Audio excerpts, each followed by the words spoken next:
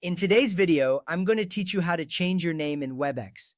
First, open your preferred web browser and search for WebEx. You can use any browser you like, such as Chrome, Firefox, or Edge. Once you are on your browser, simply type WebEx into the search bar and hit enter. This action will generate a list of search results related to WebEx. On your screen, you will see various links to the WebEx site and other resources. This step is crucial because it sets the foundation for accessing your WebEx account. Once that is done, click on the correct link. Look for the official WebEx website in your search results. It typically appears at the top and will include a URL containing webex.com. Clicking on the correct link ensures that you are directed to the official site and not a third-party page. This is important because it keeps your information secure and helps you avoid any phishing attempts. Next up, log in if prompted.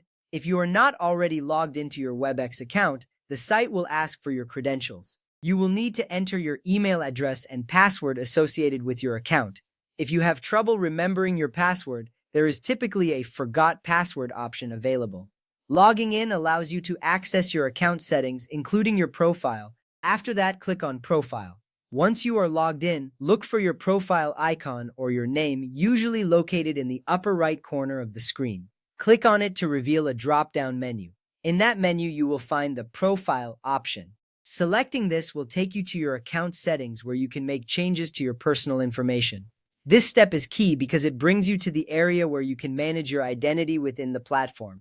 Now, locate the display name. On the Profile settings page, you will see various options including your current display name. It is typically listed prominently, allowing for easy identification. Identifying the display name section is essential because this is where you will make your desired changes. With that ready, click directly onto your name text box, delete the existing string, and type in your preferred identity. Click inside the text box where your current display name is shown. Use your keyboard to remove the old name and replace it with the new one you want.